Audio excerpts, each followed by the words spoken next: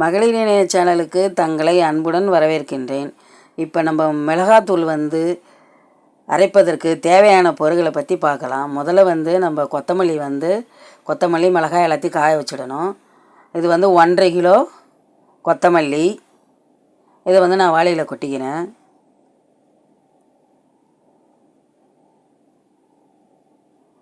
மிளகாய் 1/2 கிலோ. அதை கவர்லேயே அப்படியே வச்சிடணும். இதில் இடம் இல்லை கொட்டுறதுக்கு. அடுத்தது மிளகு 50 கிராம், கொம்பு மஞ்சள் 100 கிராம்,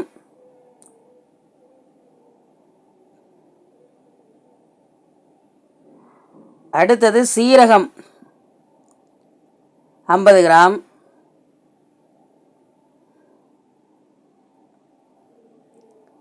அடுத்தது துவரம்பருப்பு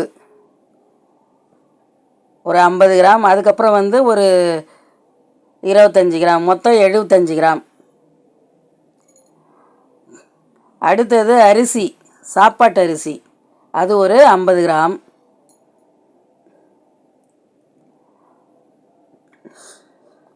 கடலைப்பருப்பு 50 கிராம்.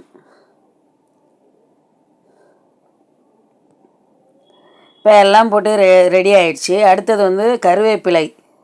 கருவேப்பிலை காய வைக்கிறதுக்கு நான் மறந்துட்டேன். எப்போதும் காய வச்சு தான் போடுவேன்.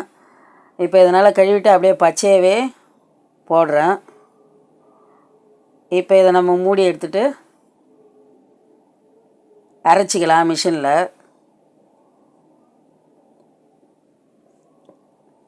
இப்போ மிஷினில் அரைச்சிட்டு வந்தாச்சு. மிகவும் நல்லா வாசனையாக இருக்குது, சுவையாக இருக்கும்.